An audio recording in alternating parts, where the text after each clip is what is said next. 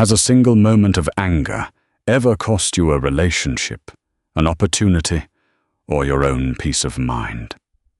Anger is a temporary madness, a thief that steals your self-control. Today, we uncover 8 ancient Stoic rules to destroy anger forever and forge an unbreakable fortress of inner peace. Imagine for a moment a violent storm sweeping across a dark, restless ocean.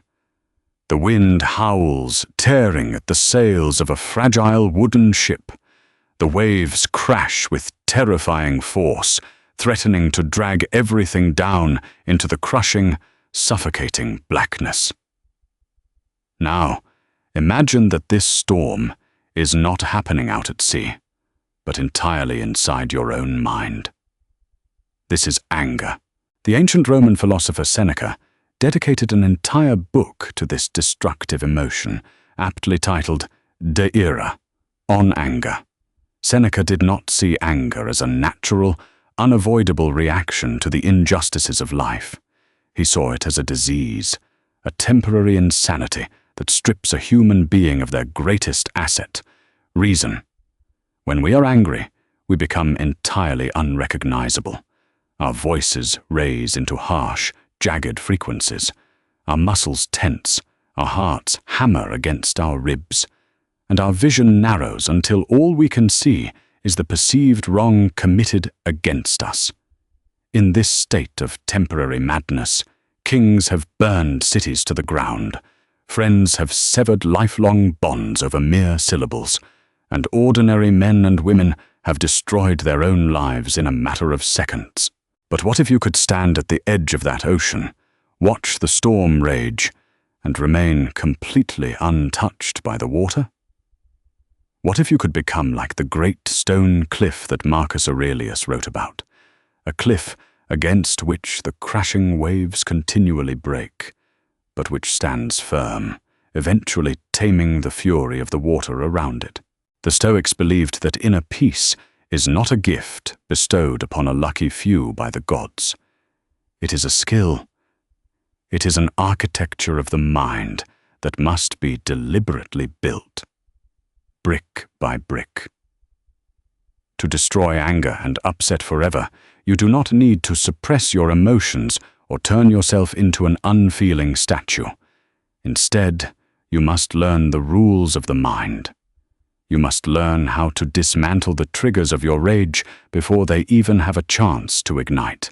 Here are the first foundational rules of this ancient discipline. Rule 1. Master the dichotomy of control, the fortress of the mind. The absolute foundation of Stoic philosophy, and the first weapon against anger, is understanding what is yours to control and what is not. The Greek philosopher Epictetus, a man who spent the early part of his life as a slave, understood this better than anyone. His body was not his own. His time was not his own.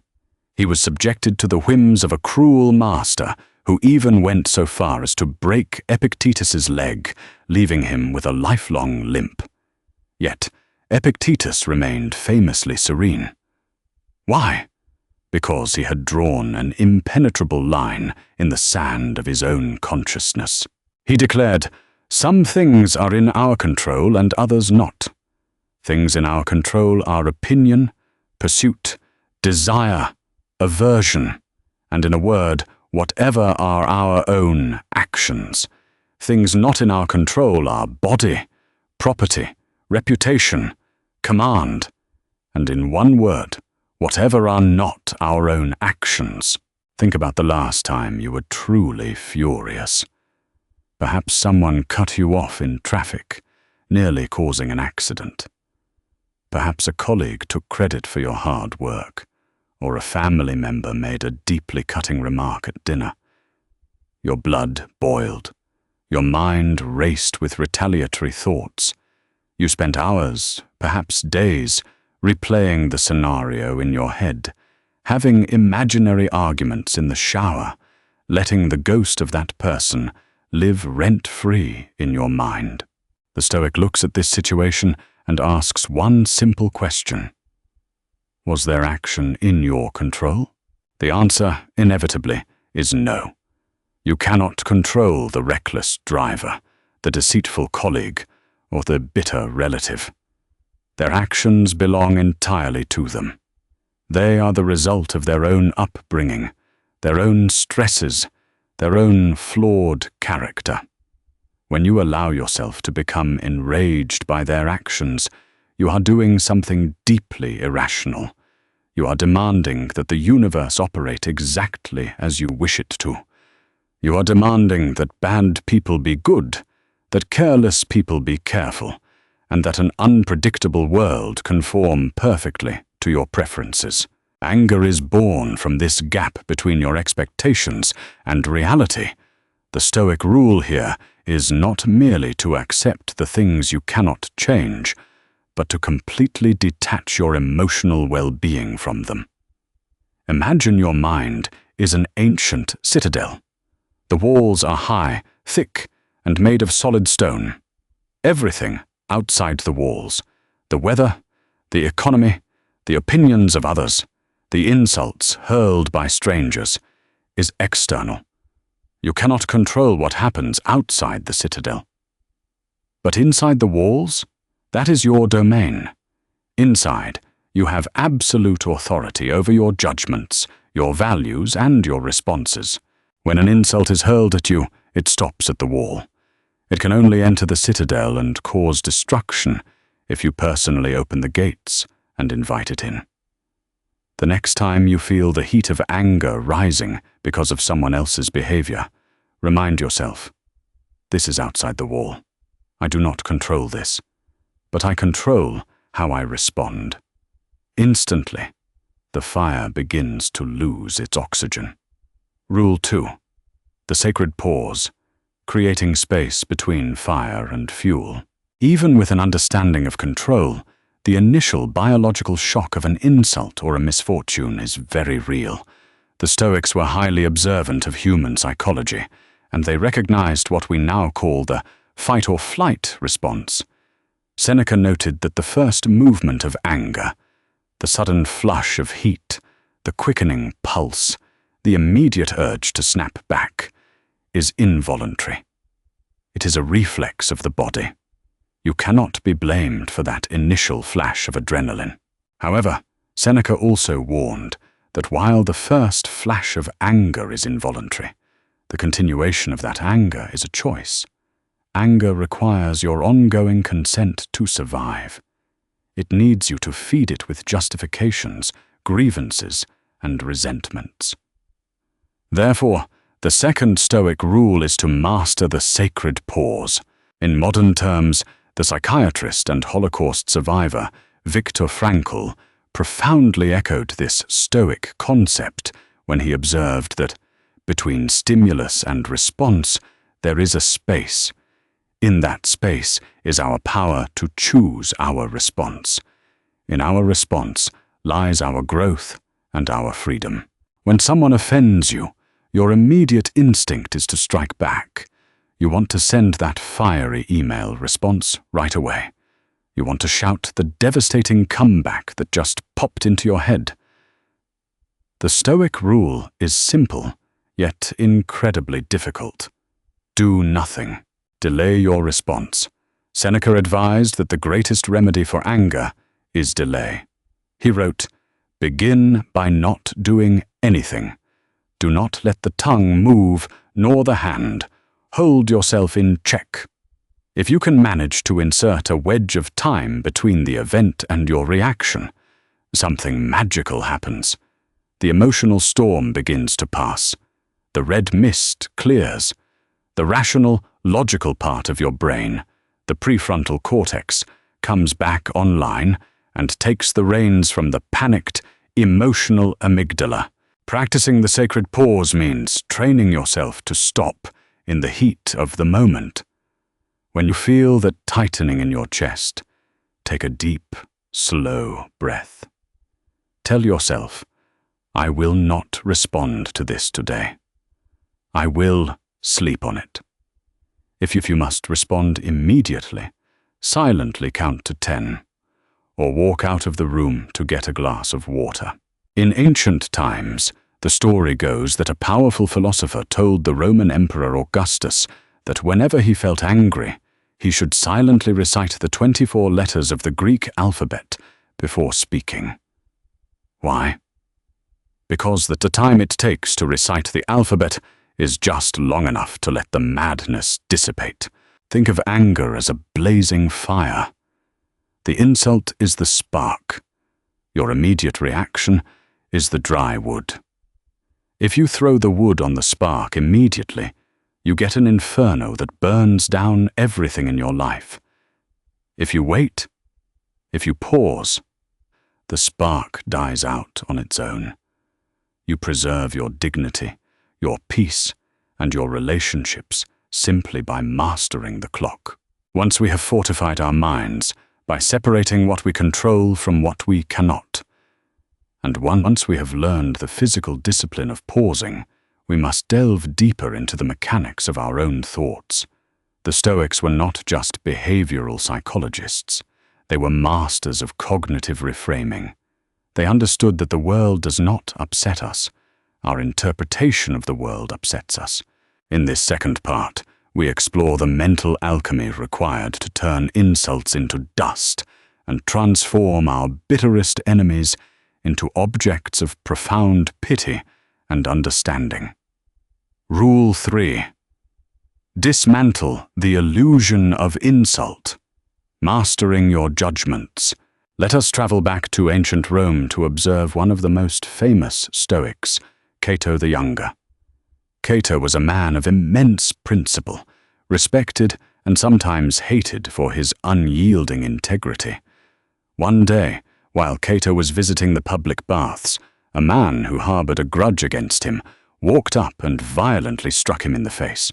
In Roman society, honor was everything. A physical blow from a rival in public was the ultimate degradation, a grievance that often ended in bloodshed or severe legal retribution. The crowd gasped, waiting for Cato to order the man's execution, or at least strike him back. Instead, Cato merely stood his ground, calm and composed. Later, when the man realized the magnitude of what he had done and the power Cato held, he came to Cato trembling, begging for forgiveness. Cato looked at him with genuine confusion and said, "I do not remember being struck." This was not arrogance. This was not a lie. This was the ultimate application of the third Stoic rule. Nothing can insult you unless you agree to be insulted. Epictetus famously summarized this rule. Men are disturbed not by things, but by the views which they take of them. When someone calls you a fool, or disrespects your work, or physically strikes you, what actually happens? Sound waves travel through the air, or skin makes contact with skin.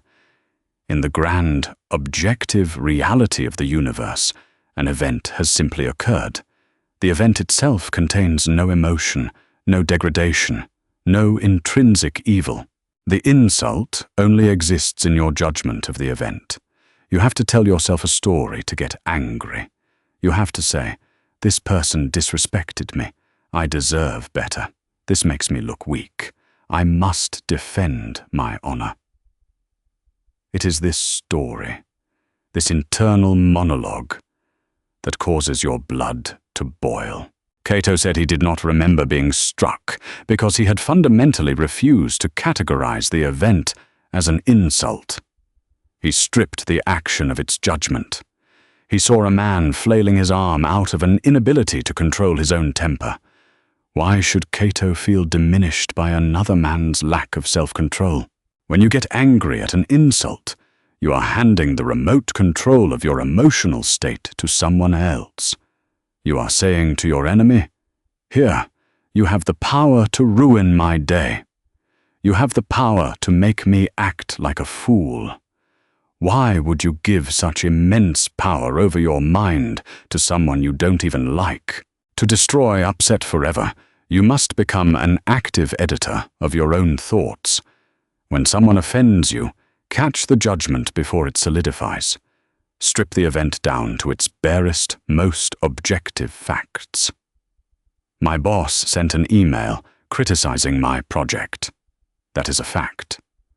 My boss hates me and thinks I am incompetent, and this is entirely unfair, is a judgment.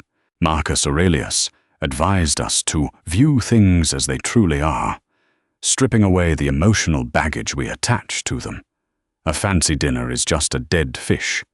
A precious vintage wine is just fermented grape juice. A stinging insult is just air moving across vocal cords.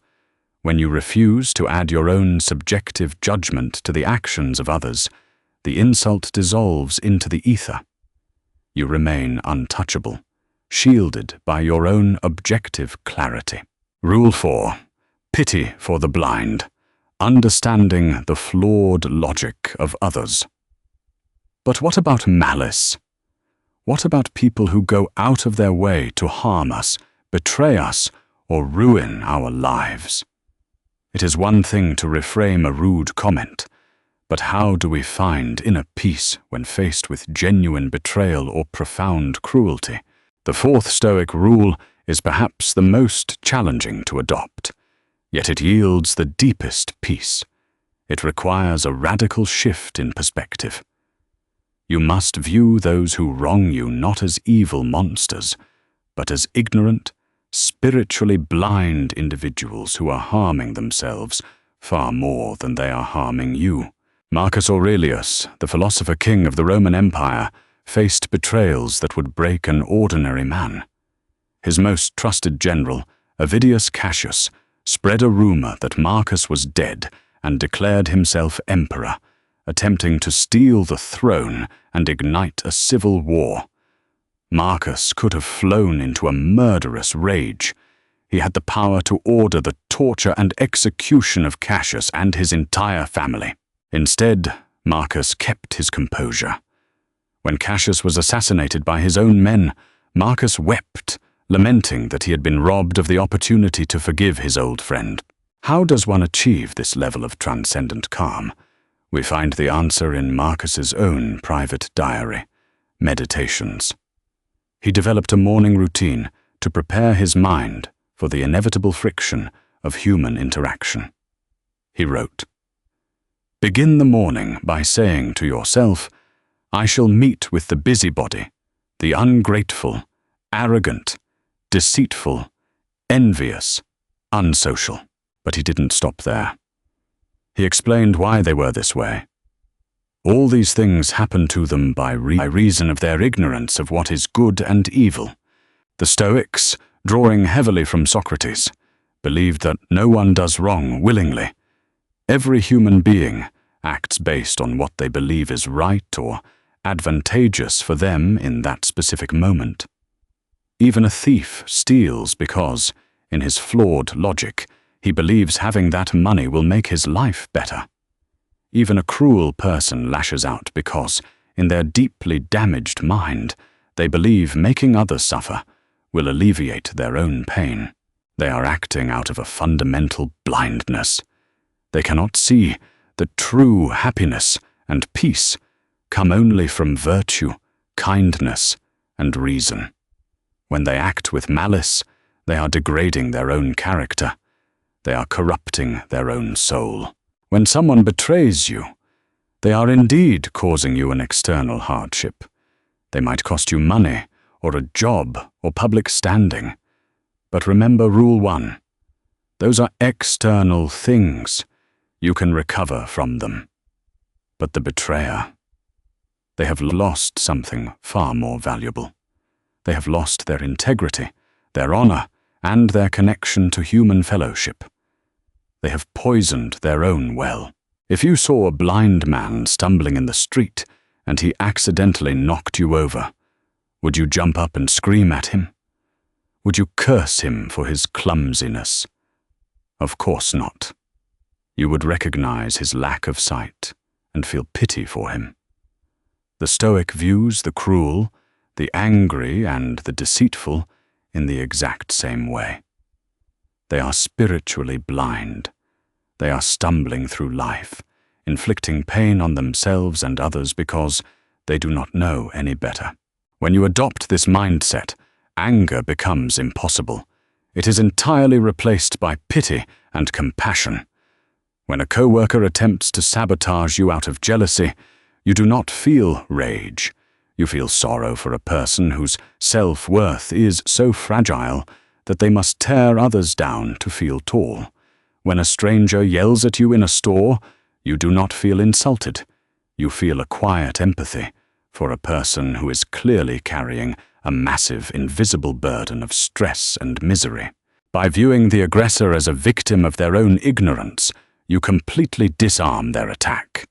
You realize that their hostility has nothing to do with you and everything to do with their own internal suffering. You refuse to let their spiritual sickness infect you.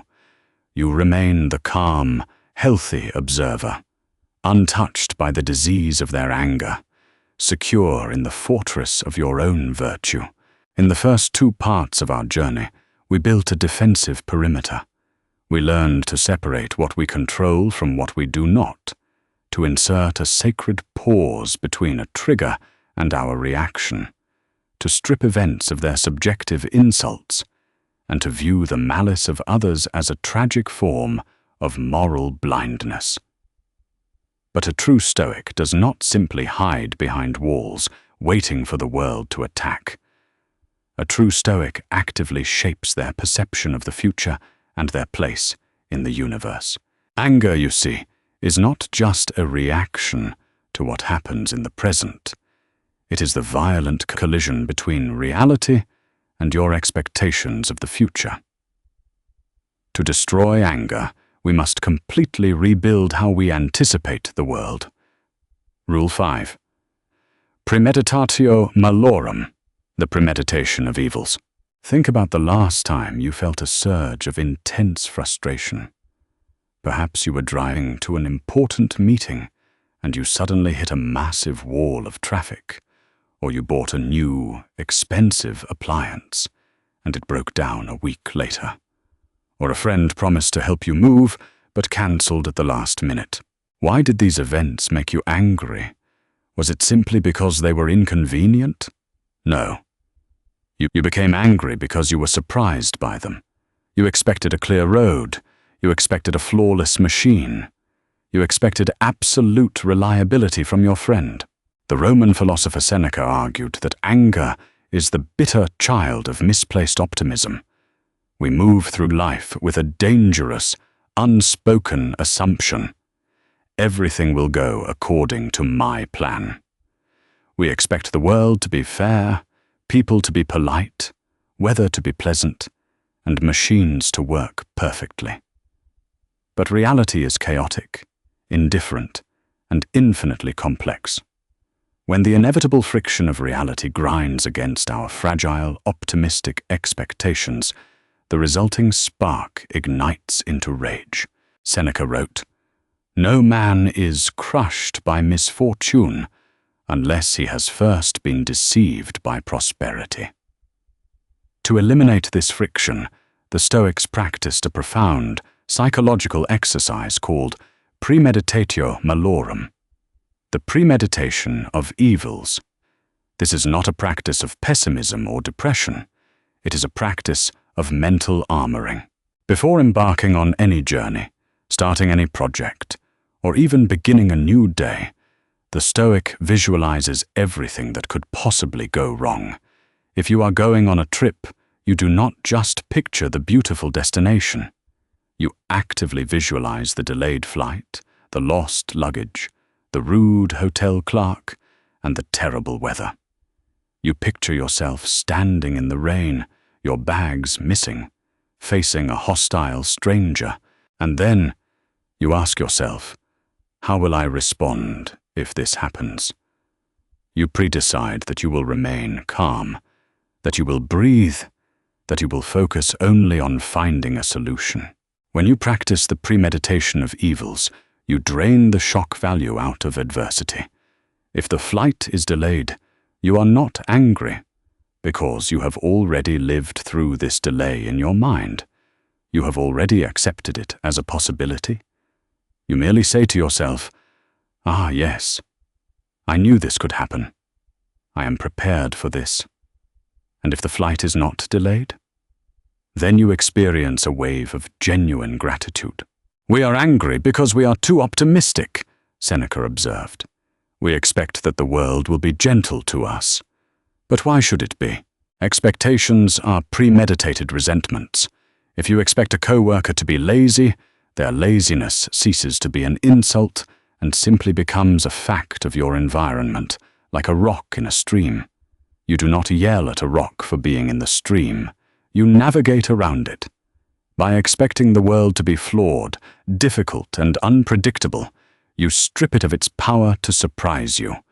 Without surprise, the explosive fuel of anger simply evaporates. Rule 6. Zooming out, the cosmic perspective.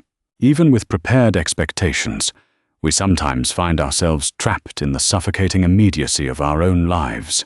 When someone wrongs us, our vision tunnels. The insult feels massive. The injustice feels like the most important thing happening in the entire universe.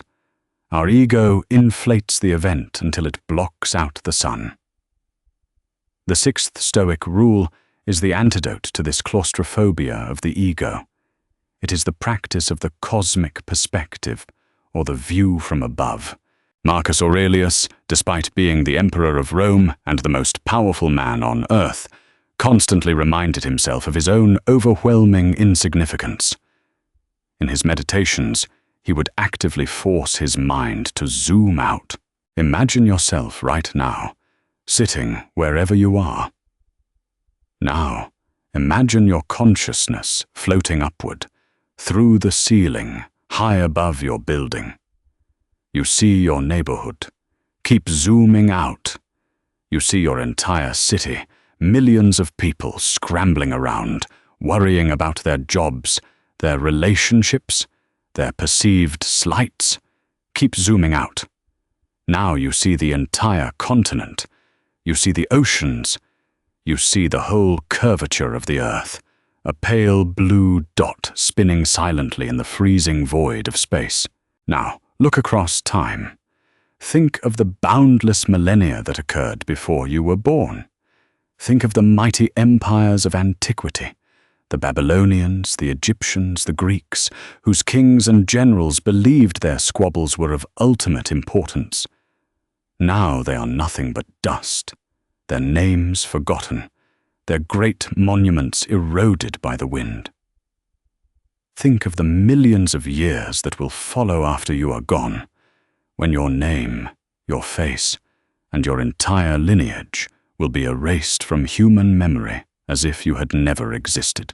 From this terrifyingly vast, cosmic perspective, look back down at your own life. Look at the person who cut you off in traffic. Look at the rude comment left on your social media page. Look at the minor disrespect from a relative at a family gathering. How important is it really? Is it worth surrendering your peace of mind? Is it worth elevating your heart rate and poisoning your own brief, fragile existence? Think of the whole universe of matter and how small your share, Marcus Aurelius wrote. Think about the expanse of time and how brief, almost momentary, the part marked for you. Think of the workings of fate and how infinitesimal your role. Anger requires a massive ego.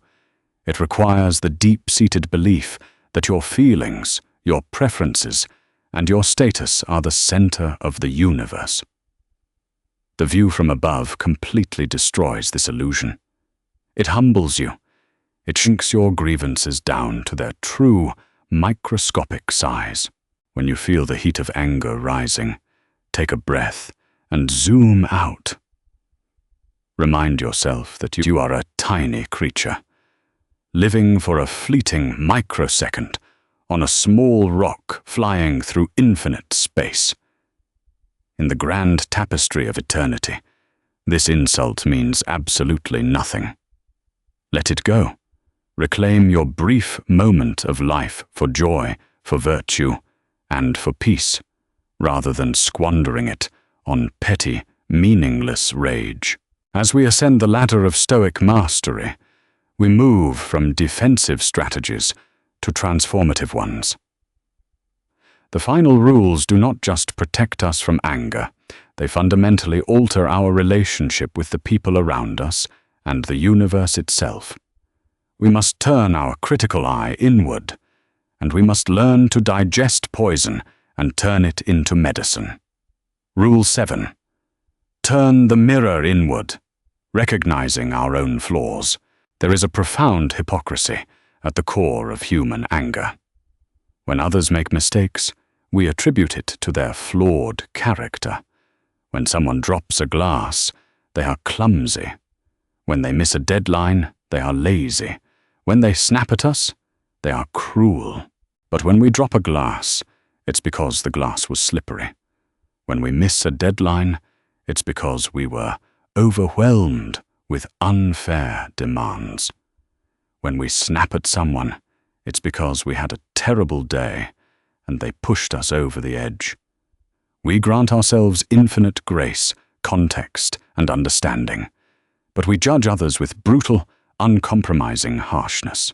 The 7th Stoic rule to destroy anger is to forcefully turn the mirror inward.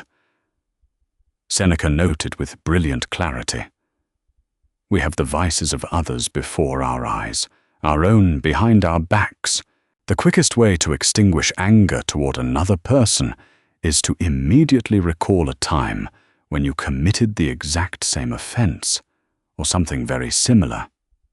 When a friend betrays a secret, before you explode in self-righteous fury, ask yourself, have I ever gossiped? Have I ever let something slip that I shouldn't have? When a driver is reckless, ask yourself, have I ever been distracted behind the wheel? Have I ever sped because I was late and panicked? If you are honest with yourself, the answer is almost always yes. You are not perfect. You have been clumsy, selfish, dishonest, cowardly, and rude at various points in your life. You have hurt people who did not deserve to be hurt. You have disappointed people who trusted you. When you realize this, your towering pedestal of moral superiority crumbles. You can no longer look down upon the person who wronged you as a monster, because you recognize them as a fellow flawed human being, a mirror image of your own imperfections. Whenever you are about to find fault with someone, Marcus Aurelius advised himself, ask yourself the following question: what fault of mine most nearly resembles the one I am about to criticize? This practice breeds profound humility and forgiveness. It shifts your internal monologue from, "How dare they do this to me?" to, "They are human, just as I am human. They failed today, just as I have failed in the past." Anger thrives on a sense of righteous indignation. It feeds on the delusion that you are the flawless victim and the other person is the absolute villain. By relentlessly turning the mirror inward and cataloging your own flaws, you starve the anger of this self-righteous fuel. You replace rage with a gentle, forgiving solidarity. You realize that we are all stumbling through the dark, making mistakes, and causing accidental harm. The only sane response to this shared human condition is extraordinary patience and relentless forgiveness. Rule 8. Amor fati, love your fate. We arrive now at the summit of Stoic philosophy. It is the ultimate weapon against anger, upset, and suffering of any kind. Up until this point, we have talked about managing our expectations, controlling our judgments, and minimizing the damage of external events. We have talked about enduring hardship with grace. But the Stoics did not want us to merely endure life. They wanted us to triumph over it.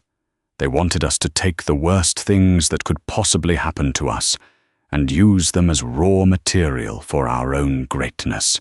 This concept, later popularized by the philosopher Friedrich Nietzsche, is known as amor fati, a love of one's fate. The Stoic does not say, I wish this bad thing had not happened to me, but I will bear it.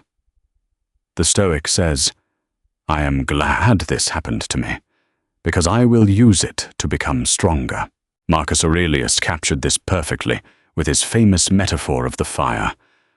A blazing fire makes flame and brightness out of everything that is thrown into it. If you have a tiny, fragile candle, a gust of wind will extinguish it. But if you have a massive, roaring bonfire, you can throw anything into it: wood, trash, dead leaves, even the very wind that tries to blow it out, and the fire will consume it, using it as fuel to burn even hotter and brighter. To destroy anger forever, you must become the roaring fire. When someone insults you, they are not harming you. They are handing you a piece of wood. They are giving you a golden opportunity to practice the virtues of patience and emotional control.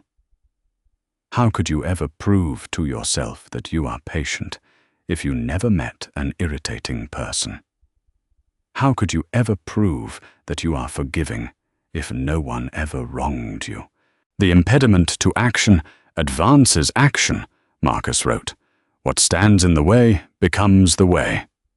If you lose your job unfairly, do not waste a single heartbeat on anger. This is not a tragedy. It is an opportunity to practice resilience, to pivot to a new career, to prove your resourcefulness. If a partner abandons you, do not sink into bitter rage. It is an opportunity to practice self-reliance, to rediscover your own individuality, to learn how to be complete on your own. The Stoic philosopher Epictetus compared a human being resisting their fate to a dog tied to a moving cart. The cart is the universe, rolling forward with the absolute momentum of fate. The dog has two choices. It can fight the cart, digging its paws into the dirt, howling in anger, choking itself against the rope. The cart will drag the dog anyway, leaving it bloody and broken. Or the dog can choose to trot joyfully alongside the cart, exploring the scenery as it moves, turning an unavoidable journey into an adventure. Both dogs end up in the exact same place, but one ends up destroyed by anger and resistance, while the other ends up fulfilled and free. When you adopt amor fati, anger becomes conceptually impossible. You cannot be angry at an event if you genuinely believe that the event was perfectly designed to make you better. You stop viewing obstacles as enemies and start viewing them as strict, uncompromising teachers. Every rude person, every sudden delay, every betrayal, every financial loss, they are all assignments in the school of life. By loving whatever fate brings you, you achieve total invincibility. No one can ever upset you, because anything they do to harm you will simply be converted by your own mind into fuel for your own growth. You take away the world's ability to injure you because you have mastered the alchemy of turning poison into medicine. Knowing the 8 rules of Stoicism is like holding the blueprints to an impenetrable fortress. But blueprints alone cannot protect you from a storm. To build the fortress, you must lay the bricks. The ancient Stoics understood that philosophy was not a spectator sport. It was a daily, rigorous training of the mind. They called this ascesis, the consistent practice of translating theoretical wisdom into psychological muscle memory. If you want to destroy anger and upset forever, you cannot simply read these rules and walk away. You must step into the daily forge. Here is how you integrate these 8 pillars into the rhythm of your everyday life. The morning preparation. Armoring up your defense against anger begins before you even leave your bed. As Marcus Aurelius did, Start your morning by mentally preparing for the friction of the world. Set the baseline. Remind yourself of the dichotomy of control. Tell yourself, today I will only concern myself with my own choices, my own actions, and my own character. The traffic, the economy, and the opinions of others are outside my walls. Visualize the obstacles. Spend 2 minutes practicing premeditatio malorum. Picture the specific challenges you might face today. A difficult meeting? A tense conversation with a family member? Visualize them going poorly, and then visualize yourself responding with total calmness. By the time the event happens, you have already defeated it in your mind. The midday crucible, the sacred pause in action. As the day unfolds, the world will inevitably test you. Someone will cut you off, a colleague will make a passive-aggressive remark, or a plan will fall apart. This is when the alarm bells of anger will ring. Breathe and delay. The moment you feel the physical heat of anger, your heart racing, your chest tightening, deploy the sacred pause. Do not send the email. Do not snap back. Take one deep breath and create a wedge of time between the trigger and your response. Strip the illusion. In that pause, aggressively reframe the event. Strip away the story you are telling yourself. Remind yourself that you cannot be insulted unless you consent to it. Deploy pity over rage. Look at the person attempting to harm or annoy you. Recognize their spiritual blindness. If they are acting with malice, they are degrading their own character. Feel pity for their ignorance rather than rage at their actions. The Evening Inquisition. The Stoic Review. The most powerful tool for permanent change happens at the end of the day. Seneca, the great Roman statesman, swore by a nightly journaling practice.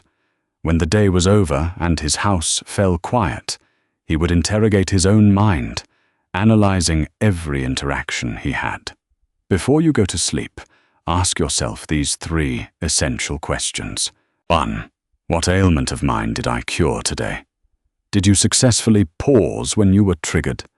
Did you successfully shrink a massive grievance by zooming out and taking the cosmic perspective? Celebrate your victories, no matter how small. 2. What mistake did I make? Be brutally honest with yourself. Did you lose your temper? Did you allow an external event to breach your internal walls? Turn the mirror inward. Recognize your flaws without judgment, but with a fierce commitment to correct them. 3. How can I be better tomorrow? Plan your redemption. If you snapped at a friend, resolve to apologize and practice patience the next day. The ultimate transformation. Over time, a miraculous shift occurs. By applying these 8 rules daily, you stop faking it. The pauses become natural. The forgiveness becomes instinctual. The love of fate, amor fati, becomes your default operating system. You will eventually realize that anger is a voluntary surrender of your own power. Why would you ever give someone else the remote control to your emotional state? Why would you allow a chaotic, indifferent universe to dictate your inner peace? You are the master of your own citadel.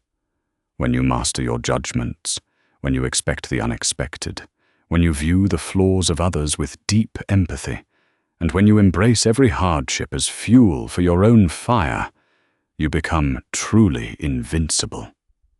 You do not just survive the storms of life. You stand tall at the edge of the ocean, unshaken, untouched, and utterly at peace.